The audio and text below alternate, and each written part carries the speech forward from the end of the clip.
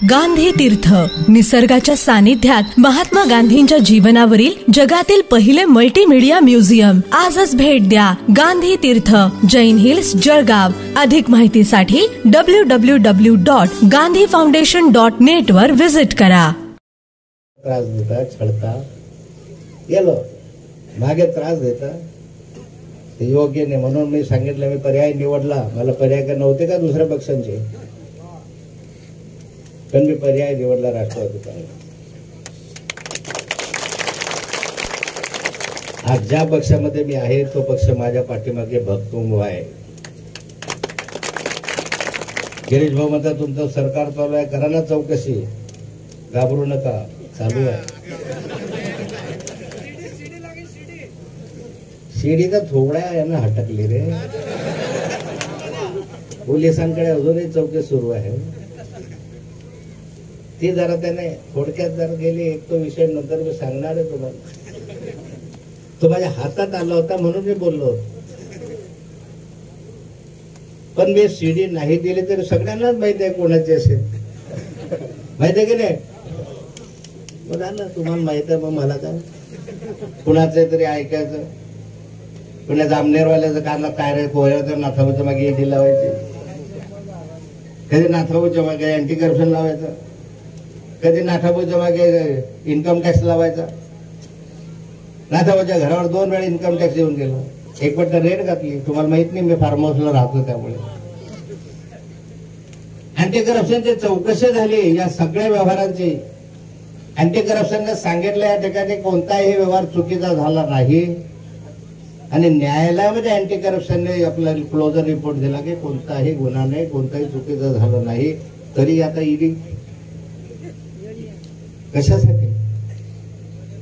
आणि आज तुम्हाला सांगतोय की या ईडीच्या माध्यमातून मला जे चार्जशीट देण्यात आलं त्याच्यामध्ये इतकं खोटं नाटक, इतकं खोटं नाटक. बाबा बाबा बाबा, मला असं वाटतं की जगामध्ये कलियुगात काय आणखी कोणत्या युगामध्ये सुद्धा झालं नसेल इतकं. नाथाभाऊचा संबंध जोडला गेला. नाथाभाऊ तेव्हा त्याचा काय म्हणता, मास्टर माइंड नाथाभाऊ. कर्ज किती घेतला, 2 कोटी. ईडी कशासाठी आहे, 1000, 1200, 100, 200 कोटीसाठी ईडी. 2 कोटी रुपयासाठी 2 कोटी इकडून तिकडून 4 कोटी कर्ज घेतलं. ते कर्ज 4 वर्ष फेडलं व्याजासहित.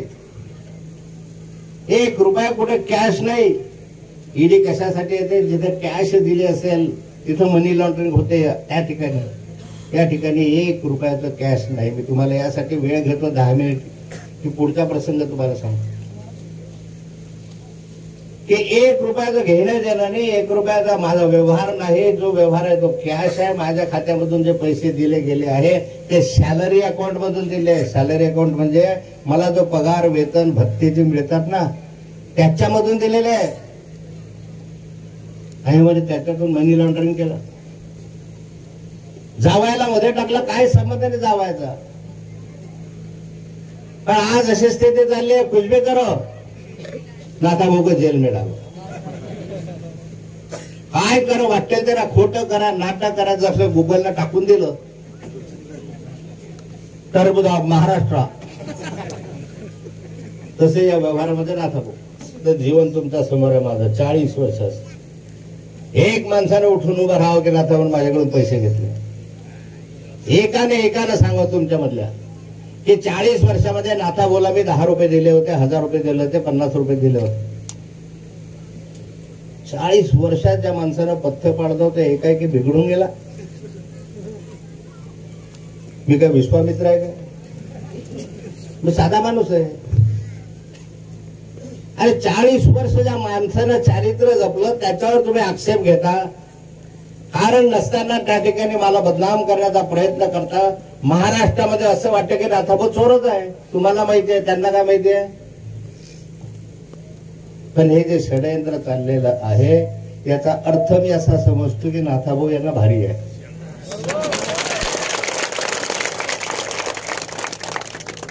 त्याच्याशिवाय होऊ शकत नाही. आदरणीय गिरीश भाऊ दत्तात्रय महाजन परवा काल बोलले की नाथाभाऊचे 100 उतारे माझ्याकडे आहे. बोलले की आजच्या पेपरवर वाचलं मी. किती उतारे, कुठले, पुण्याचे, मुंबईचे, 100 उतारे.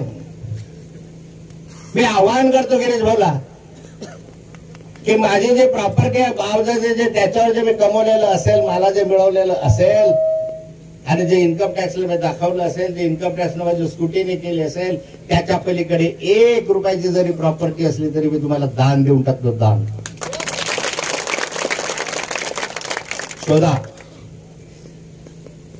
शोधा त्याच्यामध्ये. माझी प्रॉपर्टी 40 वर्षात कमवलेली असेल तर 40 कोटी 25-30 कोटी रुपयाची. नाथाभाऊला अडकवायचंय, नाथाभाऊला तुरुंगामध्ये टाकायचं आहे आणि यासाठी जोरदार प्रयत्न दिल्लीपासून गल्लीपर्यंत चाललेले आहे. त्यामुळे उद्या यांना जर यश आलं तर आश्चर्य वाटून घेऊ नका, तर नाथाभाऊ पक्का आहे. आता ईडीचा आपला संबंध 0 आहे, संपला. आता ईडीचा आपला संबंध नाही आहे. एक वेळ चार्जशीट दिला, संपलं. आणि ते म्हणे ईडीची नोटीस आली त्या दिवशी 2 दिवस तुम्ही कसे कुठे गायब झाले. मी कुठं गायब होणार आहे? मी गायब झालो 2 दिवस तर मी त्या फरदापूरच्या रेस्ट हाऊसवर होतो. कुणालाही विचारा, फरदापूरच्या रेस्ट हाऊसवर मी 2 दिवस होतो. काय आहे ते रेस्ट हाऊस, कशासाठी प्रसिद्ध आहे माहिती आहे ना?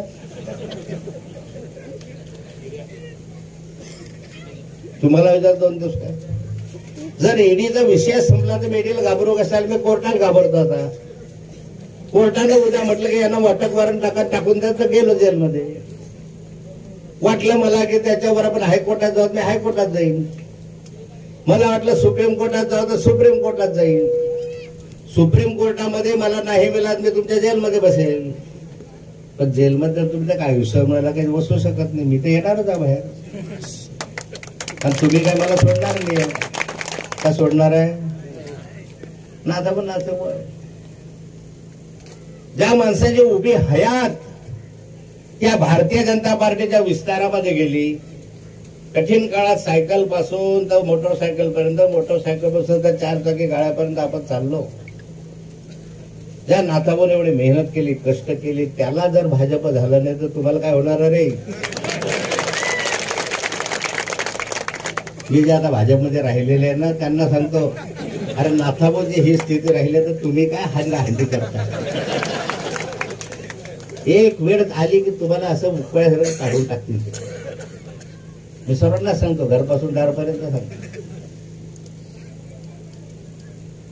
या ठिकाणी ज्याची किंमत 40 वर्षाची किंमत नाही झाली या ठिकाणी. आणि हे सांगतो तुम्हाला की फक्त एका माणसाच्या नादी लागून तुम्ही हे करताय. एका माणसाच्या नादी लागून हे करता. दुसरे त्याचे चमचे जे आहे ते हलवत बसतात, हे ऐकत बसतात, त्याच्यामुळे हे होय.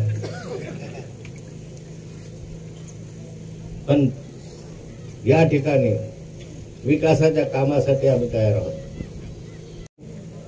माझा या BHR शी काही संबंध नाही. बोलले की नाही? मी म्हटलंय की यांचा जीव या BHR मध्ये आहे. त्या BHR सोसायटीचा जो घोटाळा मी बाहेर काढला की नाही, भ्रष्टाचार जो मी बाहेर काढला ना, तेव्हापासून हे खालीवर व्हायला लागले.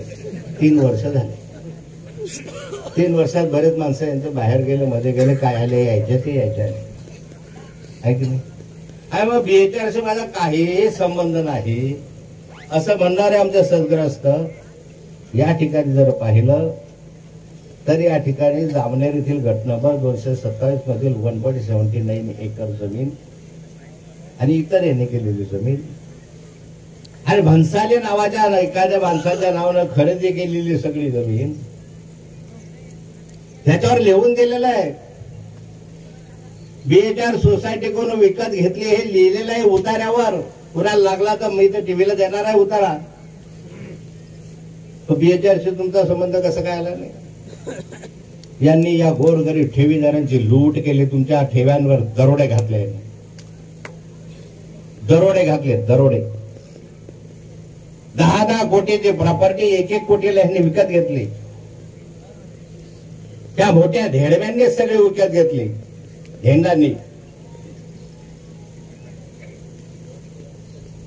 जे श्रीमंत आहे त्यांनी विकत घेतले. चुकलं मी त्या ठिकाणी शब्द माझा चुकला, पण या मोठ्या धेंडांनी घेतला. कशी आली नाही प्रॉपर्टी?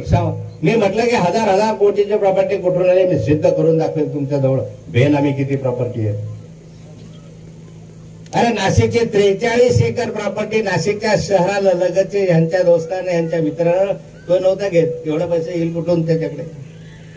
43 एकर जमीन अवघ्या 8-9 रुपयाला आपल्या 8 का 7-8 कोटीला घेतलेली आहे. नाथाभाऊला म्हणता की तुम्ही जमीन घेतली, 4 कोटीला जमीन घेतली. मुळामध्ये जमीन सरकारी नाही. जे मला आता हे गोवत आहे की सरकारी जमीन तुम्ही व्यवहार केला, MIDC जमीन तुम्ही घेतली आहे, चुकीचं आहे. 50 वर्षापूर्वी त्या जमिनीवर MIDC ने एक नोटीस पाठवली होती की आम्हाला लागणार आहे ही जमीन. 50 वर्षामध्ये या जमिनीचा ताबा घेतला नाही सरकारने, या जमिनीचा पैसा दिला नाही, या जमिनीचा वाटाघाटी केल्याने त्या मूळ मालकाला कधी ये रे बाबा तुला पैसे दे असं झाली. जर जमिनीचा 50 वर्षाच्या मध्ये केव्हाही मोबदला दिलेला असेल, जर जमिनीचा ताबा दिलेला असेल, त्या नाथाभाऊच्या नेतृत्वाखाली जिल्हा परिषद आली, पंचायत समिती आल्या, जिल्हा परिषद नाही तर दूध छोट्या शहराला जिल्हा बँक आले, कितीतरी प्रकल्प मार्गे लागले, विकास कामं मार्गे लागले. त्या नाथाभाऊला तिकीट देणार नाही असं तर मला कधीच वाटलं नाही. इतके कृतज्ञ होते, इतके नीच पातळीवर जाते असं मला वाटलं नाही. हा हलकटपणा नाहीये.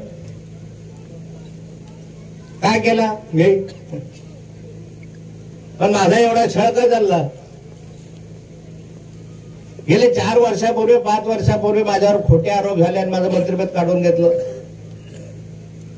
आरोप केले दाऊदच्या बायकोशी संबंध आहे. त्याच्या वेळेला कुठली ते बाई उठला मला अजून माहित नाही त्या बाईचं वय काय आहे.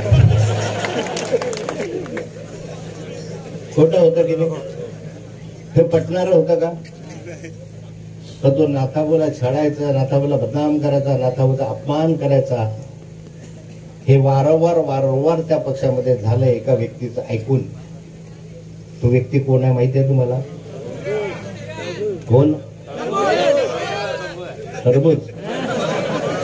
मला नाही माहिती, पण मला एक माहिती आहे भैया साहेब, की तुमच्याजवळ मोबाईल आहे, इथं नेट नाहीये तर पुण्याला जा, नेट ओपन करा, गुगलवर जा, टाका त्याच्यावर टरबूज महाराष्ट्र कोण. पहिलं काम आता इथून उठून गेल्यानंतर घरी जाऊन हे करायचं आहे. मी म्हणत नाही, या जगामध्ये ज्याचं नाव आहे गुगल म्हणून जे संस्था आहे ते गुगल खाली टाकतं टरबूज महाराष्ट्र कोण आहे. मी म्हणत नाही.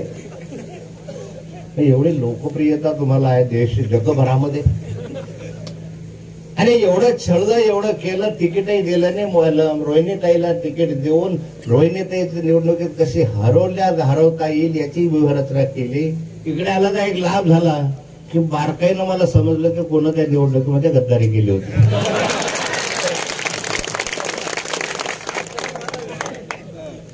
भाजप मधलं कोण कोण गद्दार आहे हे मला आता राष्ट्रवादीत आल्यामुळे समजणारच आहे की. आणि आमदार साहेबांना मी सांगतो आहे की कोणाच्या बळावर निवडून आले तुम्ही.